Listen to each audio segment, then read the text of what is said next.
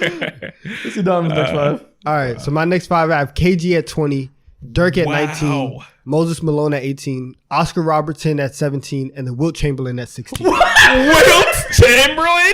We're talking about hating you. Listen, You took it to the next level just now. let's be real. Let's be real. Let's have actual basketball conversation. Let's talk about how Wilt Chamberlain is some stat merchant who runs who runs up and down the floor for for over 48 minutes a game, just getting mad possessions and playing it like it's 2K. Facts. And then we get to the playoffs and there's only two guys, right, at his position in the 60s that are worth anything. And it's him and Bill Russell. Yeah. And the moment you get into a series with somebody else who is the level of player that you are, you get shut down. You can't win any rings. You don't win any rings, right, until you get to Jerry West at the end of your career. Wilt Chamberlain, everyone's like, oh my gosh, he scored 100 points. He averaged 50 points in a season. He averaged 25. Shut up. Bill Russell won 8 rings on your watch. What are we talking about? What are we talking about? Shut up. What are we talking about? Listen, all the Wilt stories are like cool, and I guess everybody just thinks that it's funny that some 7-foot guy is just a mean person, right? Everybody. What's that one story about him being in an elevator? Yeah, there's a story about him and Kareem in an elevator, and Kareem says that the guy asked Wilt Chamberlain, "How's the weather up there?" And then Wilt Chamberlain spits on the guy and says it's raining. Damn! And everyone's like, "Oh my god, ha ha ha! That's so cool. That's so funny. He's so this. He's so that." You know what he is? He's a loser because he lost to Bill Russell year in and year out, and he was never able to do it. And you get to a situation where the game slows down by 10%, and now you can't affect the game. I don't want to hear it. I don't want to hear it. Do we even know if the 100-point game is actually real? Are we serious? For real, everything is documented. We have hieroglyphics from ancient Egypt, and still nobody knows where the film is. Where's the film from that game? This is fucking legendary. People know what happened 10 billion years ago. They know how the earth was created. They know what the Egyptians were talking about, what they were saying, even though that it's like seen aliens. Even though that it's 6 languages removed from what we're talking about right now. And nobody knows outside of a sheet of paper with crayon on it that says 100. I'm not putting Wilt Chamberlain into my top 15. Obviously, the stats are amazing. He's a very good basketball player, and I'm sure he would be very effective in today's NBA. But you put him up against some 6'10" guy, right? And apparently he just can't do anything. I'm not giving him that respect. So yeah, that's why he's that low. Okay. Wow, you treat him like he's DeAndre Jordan. It's not like he's just going against like the most random scratch. Bill Russell, man. He gets exposed every year. Bill Russell exposed most people. Yeah. Every year. He's one of the greatest defensive players of all time. All right. No intro. We're recording this at 8:56 p.m. Pacific time on Thursday, right after the Knicks versus 76ers wrapped up. No intro. Donovan, just take over. Just go. ISO. Anything is possible. I have never been happier to be in front of this camera right now. I was about to throw up watching this game. When Brunson, so much stuff happened, but Brunson had gotten an and one towards the end of the game and had a free throw opportunity to put the Knicks up 4 and missed the free throw. And I thought it was over. I thought I thought the Sixers were gonna pull some magic out the same way that they did in Game 5. I thought they were gonna win. But it doesn't matter. But it just didn't end up mattering because Josh Hart, if I was James Dolan, knowing that I'm going to be a billionaire for the rest of my life, I'm giving Josh Hart a lifetime contract tonight. I never want him to leave my team. First of all, the whole team, just gutsy. I don't understand how we went from up 20 to down 10, just no offense, nothing. But the fact that we got these bums, these bozos, these losers in Philadelphia out the paint, oh my, I hate these guys so much. I've never, ever, ever hated a team. Why? More than What's I hate about them? I hate the Sixers more than I hated the Atlanta Hawks 2 I years hate ago. the way you walk. I hate the way you talk. I hate the way you talk. I hate the way that you dress. It's all trash. First of all, That's just me, I guess.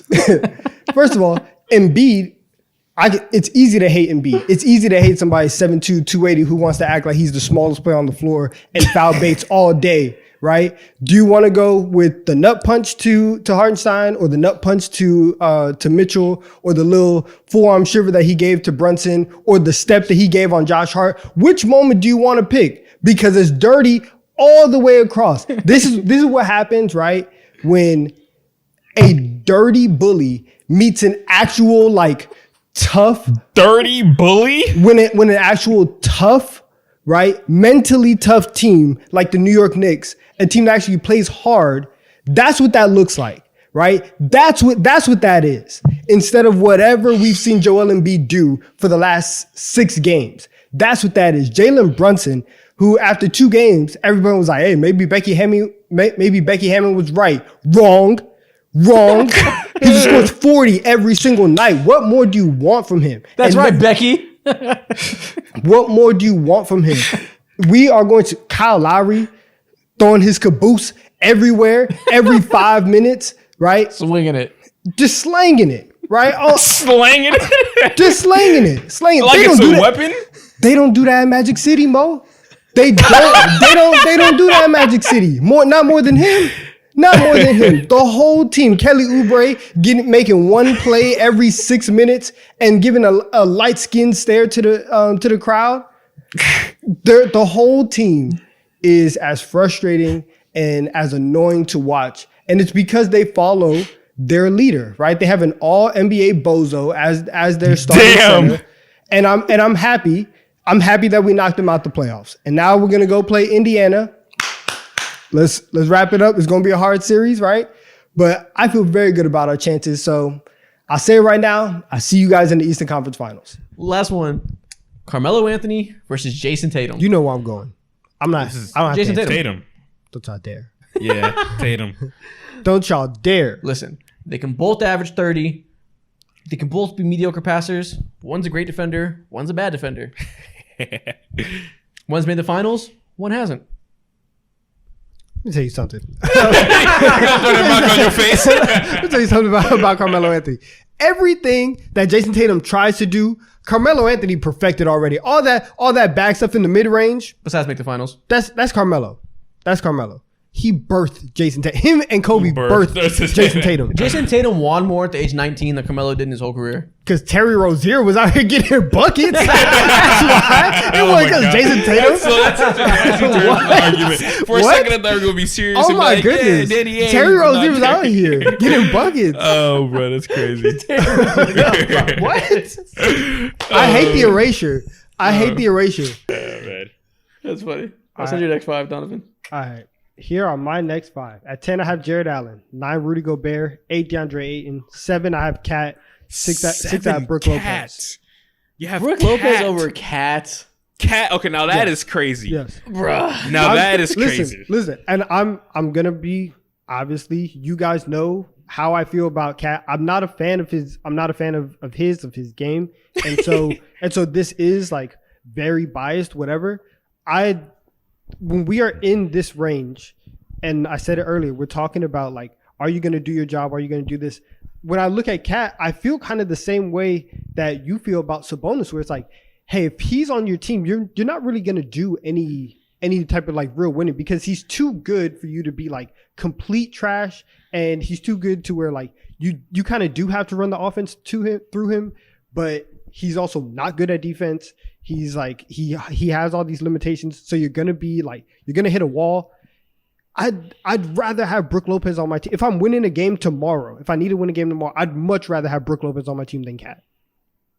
Now this is mean recency bias right here. This is true recency bias. How quickly they I forget. can't do it. I'm not gonna have Cat. I'm not gonna have Cat. I think if you had Giannis, Drew Holiday, and Chris Middleton next to Cat, you would like him a lot more than you do Brook Lopez. He doesn't have that luxury. So like it's easy to look good next to those guys as a stretch five. It's the perfect role to be in, and I think Cat is just. What do you want from Cat? Like, he's gonna. You can't even say, oh, Cat's gonna go and get you 25, because whenever we get into play-in situations or playoff situations, he's gonna turn the ball over. He's gonna miss a bunch of shots. He's gonna run down the court, try to be Big Purge, just yelling at himself. No, I'm not taking Cat on my team, and I'm giving him. You're lucky I didn't put him outside my top 10. I'm giving him enough respect here, right? I'm giving him enough respect here. I don't want anything to do with Karl Anthony Towns. If we're talking about winning basketball games, he's not on my team. And I don't want him. Why are you pointing at the screen? Bro, I'm like... Put your fucking hand down. Bro, I don't like... I'm not a fan of his. Oh, my God. He's about to start convulsing. Nah, bro, it just makes me so mad. It makes me so mad watching people... It makes me so mad watching people, like... Either, like... praise Cat or like still expect Cat to be this type of guy. He's not that guy. And I think for Minnesota, I think for Minnesota, legitimately one of the things that they need to do is they need to get over themselves and trade Cat somewhere else. That way they can build this team. They would be better off if they had just Anthony Edwards and Rudy Gobert. They would do that. The only reason why I put Cat above Rudy is simply because the shooting numbers are just undeniable. The splits are crazy. Like he can, you know, get He's buckets, a bucket machine. But he should be like the fourth option on your team. And he should not be he should not be fourth option. This is crazy. He should not be something that you're running offense through. For someone who has so much disdain for Karl Anthony Towns, you're gonna be so sick when he's traded to the New York Knicks. I promise you. 8 months from now. I promise you right now, because I've had this conversation before with a couple other people, and they've told me like, "Oh yeah, what are you doing if Cat gets traded to the Knicks?" I will put my fandom on pause. I will go root for another team. I'm not rooting for Karl Anthony Towns on my team. It can't happen. It can't happen. And it would genuinely be, and actually, we'll put that on pause. I don't know. I love the Knicks, but so you'd rather have Kevon Looney on your team than Karl Anthony Towns right now? 100%. 100%. Contracts included. Would I rather pay Kevon Looney $15 million, or would I rather pay Karl Anthony Towns $55 million? Oh my goodness. Are we serious? Give me, who's the last person that I have on my list? Give me Christian Wood. Give me Nurkic over Karl Anthony Towns. I'm not taking. Actually, listen. Woodman's kind of crazy. He's kind of crazy. But whoever else is below, like I didn't put Mason Plumlee on my list, right? Because I was doing the Vic and Chet thing. Give me Mason Plumlee. I don't want Karl Anthony Towns on my team. He is the last person I want. This is a personal vendetta. This is hilarious. Bro, if we're talking about, I can't do it. I can't do it. His vibes are crazy. It really like, I'm actually irked right now. His vibes are just, no. I think naturally when it comes to Cat, like he's already was always put as at disservice. It can't happen. He has natural flaws that don't allow him to naturally, because of his flaws, he won't be able to just, you have to put a specific team around him with Cat. And when you do the complete opposite and move him at the 4 and do all this wonky stuff on the offensive end, like paint is a little bit more clogged and all that, like it just amplifies all of his issues like times 5, which is nasty. Yeah. And so now Cat is in a weird position. The entire organization is in a weird position. Now they're going to have to trade Cat because of the stupid ass move that they did a year ago now. And I think Cat is better than what you're giving him. I think what's just blinding you is that I said he's the 7th best center in the NBA, and now I'm like blinded. Yes, 7 is crazy. I don't have that much higher, so it's not that crazy. 7. I mean, I don't either, but it's like 7 is like, come on now, like we can be better than that. Can we? Can we? I'm not defending. Look, the greatest thing that Karl Anthony Towns, 6 guys. The greatest thing it's that just he's like Brook done, Lopez is Brook Lopez. Like Brook Lopez is a role player at this point. Like he just can't do it. It's the things a lot of people do is like you glorify people that don't have a lot of holes because they're not asked to do as much. But that's the reason why. If Karl Anthony Towns was asked to be a role player, he'd be fucking incredible. Like it's just like it's biased towards somebody who has higher expectations, but they're still a better player. They just, like I said, have higher expectations for what they have to do. Exactly. And so because of like, if you are better, then yes, I'm going to expect more out of you. And if you can't do that, then it's like, yo, you're just in this weird space where you're not bad enough to where I can just be like, oh, you go over there. But you're also just good enough to where you're gonna disappoint me every single time. Yeah. And I can't deal with that on my team. So I'm not taking within those expectations. You have to see through it and understand the predicament that they're put in too. But I don't care. Genuinely, when I think of Karl Anthony Towns, I immediately think of Jordan Woods and a collaboration he did with Gideon like a couple months ago, bro. Those are some of the most memorable things. Those are some of the most memorable. Going somewhere else. Collaboration, bro. Same. I was like, no. Bro, I can't talk about nothing on this podcast. Cut. Stop the presses. But all right, we can move on to another interesting team since we spent that time talking about the least interesting team we could imagine. Yeah. Let's talk about the Miami Heat. Obviously, the big story with Miami Heat is 1, Jimmy Butler has a weave. 2, they have no more PJ Tucker. Which one y'all want to talk about first? The weave. I need to get this. Oh my God. I need to get this on. Right. Listen, you cannot. Man weaves are despicable. They are despicable. And I can't stand when I see. We'll get to Jimmy in a minute. I can't stand when I see older black dudes, right? Like what Karan Butler did. You cannot be bald on Friday and have a 3 and a fade on Monday. It does not work like that. I see you, and that's nasty work. As for Jimmy, listen, you weave extensions like that. Come on, man. It's so funny because I was not serious, but here we are. Oh no, I'm passionate about being anti-man weave. We can't be out here. What's next? We're losing recipes, Isaac. We're losing recipes out here. We have 2 chokers as our best players.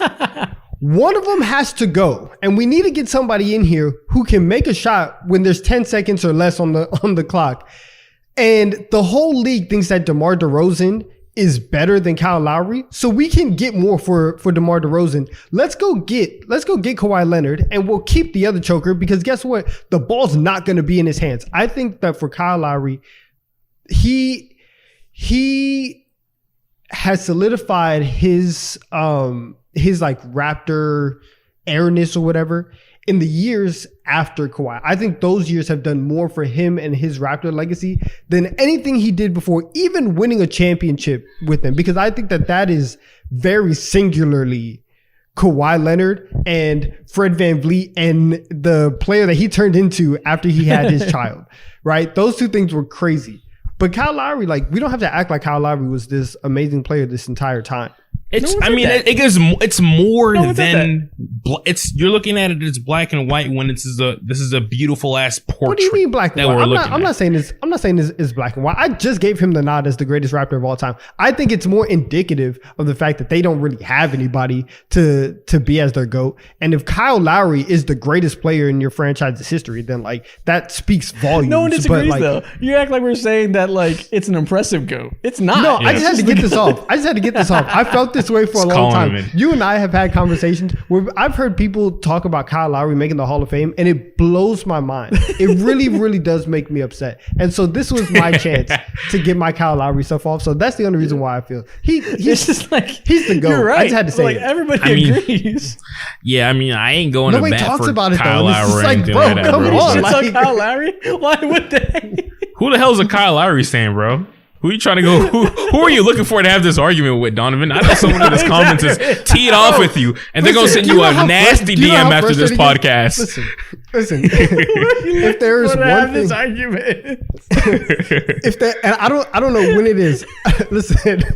I don't know exactly when it happened. And this is when I figured stuff out. This is really when I figured out like how the world works, right?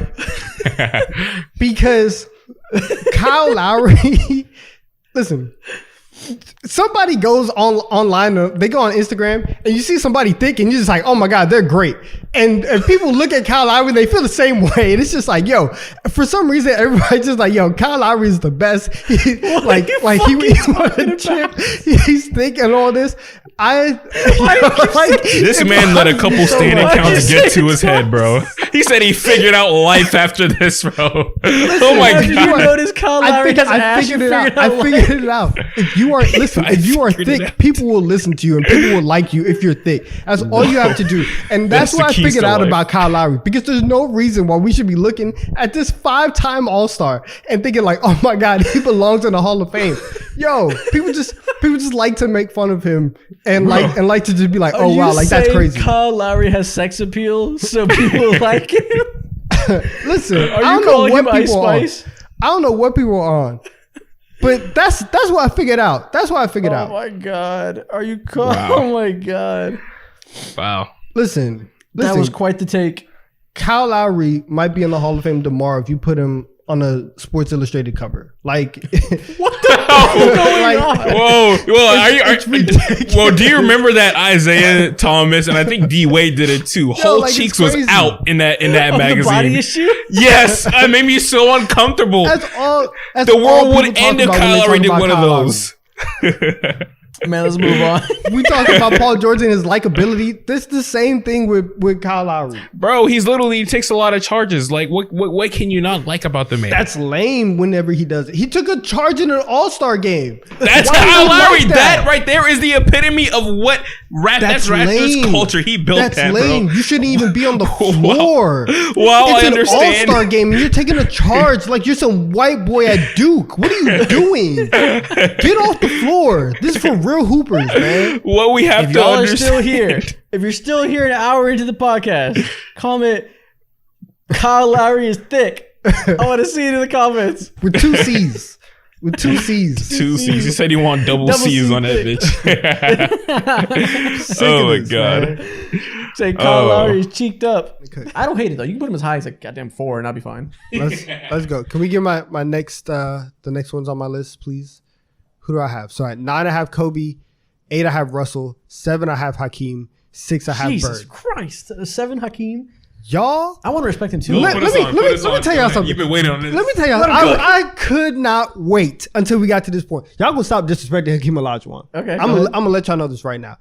Just like we talked about before, everything, all the problems that all the other stars have, and all the other like organizational malpractices that these people put these guys with, and it's like, hey, go hoop with 4 2K generated guys and win a title. Yeah. Hakeem does that. Yeah. Hakeem does that. Hakeem is one to this day, there hasn't been a player in the last 30 years where it's like, hey, I really need to get better at the post. Who do I call? There hasn't been a player better. Everybody calls Hakeem. He could be 75 years old. They're still going to be like, Hakeem, please teach me how to work in the post. He's one of the best post players to ever play the game. He's one of the best defenders to ever play in the game. He is one of his game, and for a player who plays in the 90s, is one of the most translatable games. Like, if Hakeem played in today's game, feasting. Eating, just absolutely eating. The mobility that he has, his ability to score on the interior. He already had an 18-foot jump shot in 1994. Yeah. You tell him take 2 steps back, he's cooking everybody. All the great centers that you had, David Robinson won an MVP. Hakeem cooked him on his own night. Shaq, most dominant. I get it. Early Shaq swept him out the playoffs. Everybody else, right? Everybody else, he's dominating. And I think that like in an era, especially in the time that he wins his championships, after Jordan leaves, the league is as open as it's ever been. And there's only one person. Somebody he gets back to back. You tell me all these people, everyone's like, oh my God, Charles Barkley's so good. Carmelo so good. None of y'all won because Hakeem was winning with Kenny Smith and Otis Thorpe and Vernon Maxwell. It's insane to me just how good he is. He is the full package. As a center, he's the full package as a player. If you look at his early numbers are off the charts when he really was playing with nobody. There's nothing that Hakeem can't do. He has a handle as well. He's really, really Teflon. And the only reason why he's not top 5 is because the Houston Rockets decided to not give him another All-Star for everybody else. I think to this day, I think that even if Michael Jordan was in the league in 94, 95, that the Rockets would have beaten the Bulls. Ooh. I think that Hakeem is it's crazy. It's really, really crazy.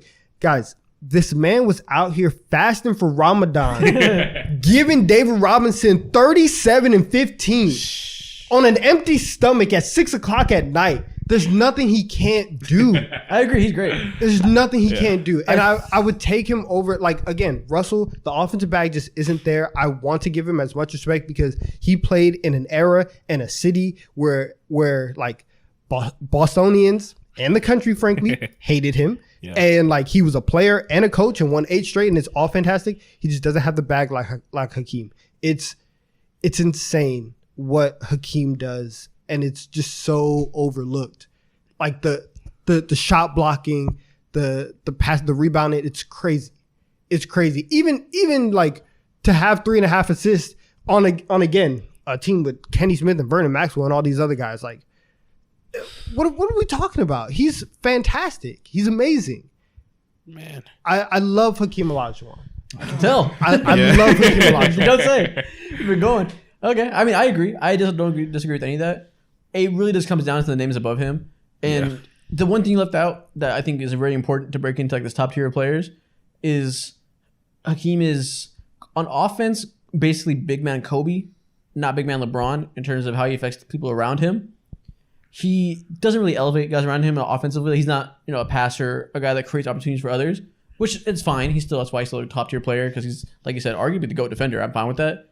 And one of the best big man scorers of all time.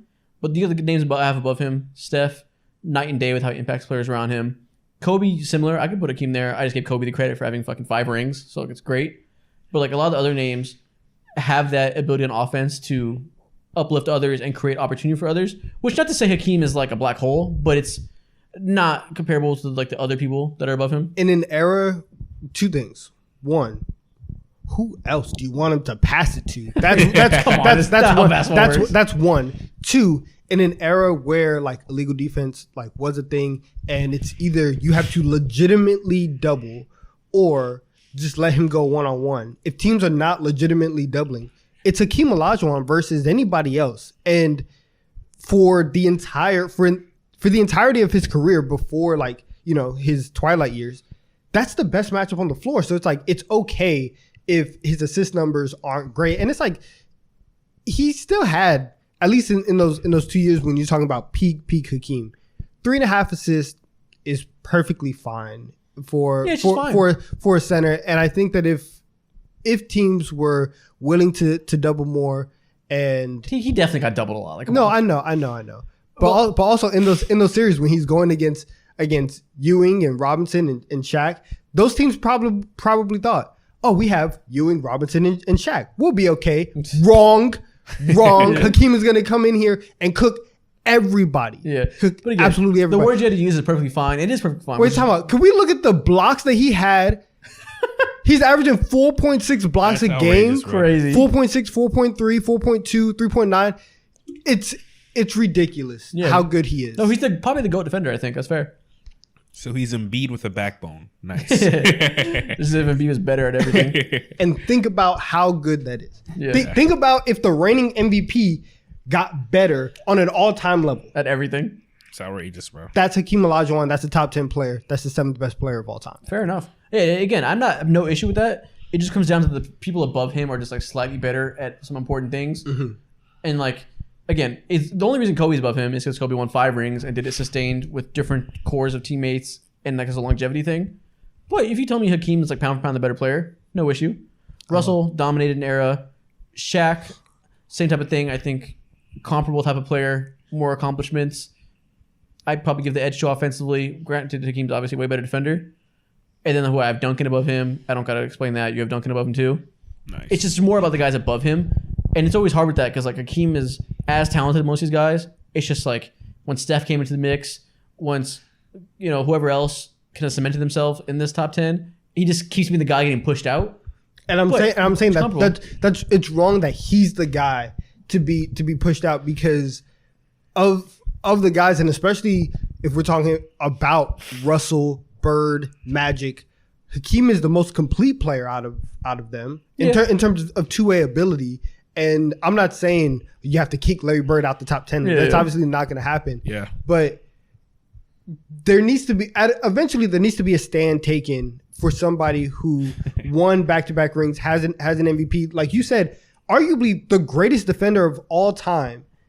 And he's the one who consistently has to be the one to be kicked out. It comes down to everybody above him has like fucking 5 or more rings. That's what it comes down to. Is they just like did more while being comparable level players. And that's why he's at 7. But everybody else, like it's comparable. Yeah, I agree.